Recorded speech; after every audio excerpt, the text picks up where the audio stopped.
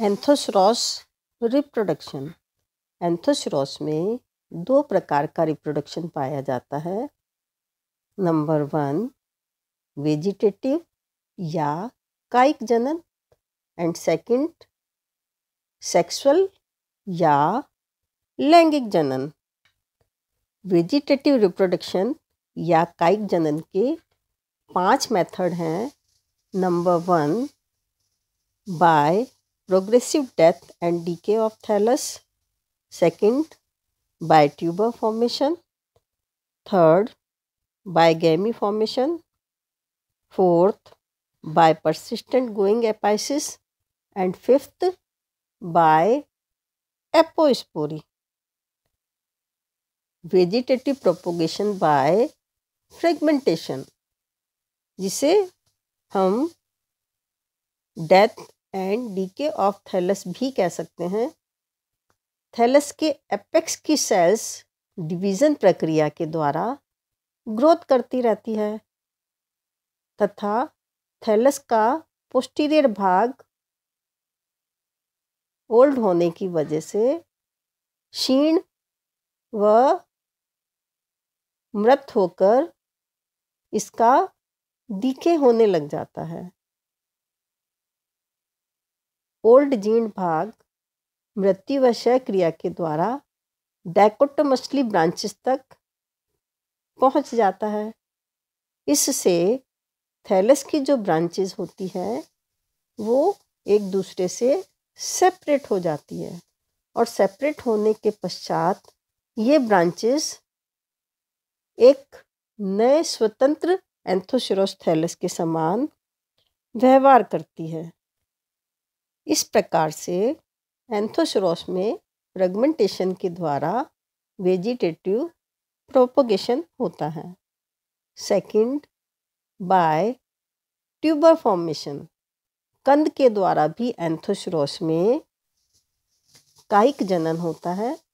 कुछ जातियों में विशेष रूप से लंबे ड्राई काल में छोटे गोलाकार और फूले हुए स्ट्रक्चर यानी कि ट्यूबर्स के समान स्ट्रक्चर का निर्माण होता है।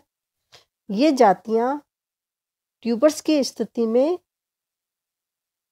भिन्नता दर्शाती हैं, जैसे कि फॉर एग्जाम्पल एंथोसरॉस लिविस में इनका निर्माण प्रत्येक लोब के ग्रोइंग पॉइंट के जस्ट पीछे होता है, जबकि एंथोसरॉस सेलाई में, एंथोसरॉस पियर्सोनाई में इनका निर्माण यानी कि ट्यूबर्स का निर्माण थैलस की मार्जिन्स पर होता है, जैसा कि आप डायग्राम में देख सकते हैं। एंथोसरॉस हिमालयंसिस स्पीसीज में ट्यूबर्स में लंबे बेलनाकार सदृश ट्यूबर्स मार्जिन्स पर अथवा अभ्यक्ष या वेंट्रल सरफेस पर डेवलप होते हैं। इन ट्यूबर्स की कोशिकाओं में फूड संग्रहित रहता है। यदि ट्यूबर्स का स्ट्रक्चर देखें या उसकी एनाटॉमी देखें या आंतरिक स्ट्रक्चर देखें तो हम पाएंगे कि प्रत्येक ट्यूबर्स बाहरी 2 to 3 कोशिका स्तर जो कि कॉर्कमयी होती है उससे बना होता है। साइंटिस्ट मेहरा इन 1953 उनके अनुसार ट्यूबर्स के एपेक्स की कोशिकाओं की एक पंक्ति होती है, यानी कि ट्यूबर्स या कंद में शीर्ष पर कोशिकाओं की एक पंक्ति होती है और प्रतिकूल परिस्थितियों में या अनफेवरेबल जो कंडीशंस होती हैं उनमें ये ट्यूबर्स पेरिनेटिंग बॉडीज के रूप में कार्य करते हैं, यानी कि प्रतिकूल परिस्थितियों में ये सरवाइव करते रहते हैं और जैसे ही अनुकूल परिस्थितियाँ आती हैं, अनुकूल परिस्थितियाँ आने पर ये ट्यूबर्स जर्मिनेट कर लेते हैं और जर्मिनेट करने के बाद नए थैलस का निर्माण करते हैं। बाय गेमी, जेमी के द्वारा भी एंथोसरॉस में वेजिटेटिव प्रोपोगेशन होता है। एंथोसरॉस ग्लैंडुलोसस तथा एंथोसरॉस प्रोपेगुलिफेरस, इन दोनों में थैलस की ऊपरी सतह पर यानी कि मार्जिन्स पर स्टॉक्ड संरचना पाई जाती हैं, जिन्हें कि गेमी कहते हैं। और ये गेमी पेरेंट प्लांट से जैसे ही सेपरेट होती हैं, सेपरेट होने के पश्चात ये नया एंथोसरॉस थैलस बनाने की कैपेबिलिटी रखती हैं या क्षमता रखती हैं। प्रत्येक गेमी का यदि स्ट्रक्चर देखें, जैसा कि आप डायग्राम में देख सकते हैं, गेमी में एक सिंगल सेल्ड स्टॉक पाया जाता है।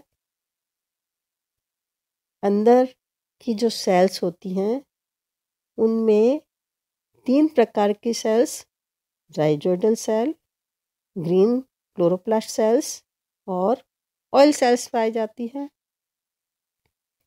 गेमी के दोनों तरफ नोच पाई जाती है और इन नोच में ग्रोइंग पॉइंट होता है। जैसे ही थैलस से गेमी सेपरेट होती हैं, प्रत्येक नोच के ग्रोइंग पॉइंट से न्यू एंथोसरॉस थैलस डेवलप हो जाता है। कहने का तात्पर्य यह है कि प्रत्येक गेमी से 2 एंथोसरॉस थैलस जो हैं वो प्रोड्यूस होते हैं। परसिस्टेंट ग्रोइंग एपाइसिस, चिरस्थायी वृद्धि शीर्ष के द्वारा भी कायिक जनन होता है। एंथोसरॉस की कुछ जातियां जैसे कि एंथोसरॉस फ्यूसिफॉर्मिस, एंथोसरॉस पियर्सोनाई, इन दोनों में ही ड्राई कंडीशंस में ग्रोइंग पॉइंट क्षेत्र के अतिरिक्त शेष थैलस डेड हो जाता है, सूख जाता है। ग्रोइंग पॉइंट ड्राई परिस्थितियों में भी सरवाइव करता रहता है और अधोस्तर में दबा रहता है।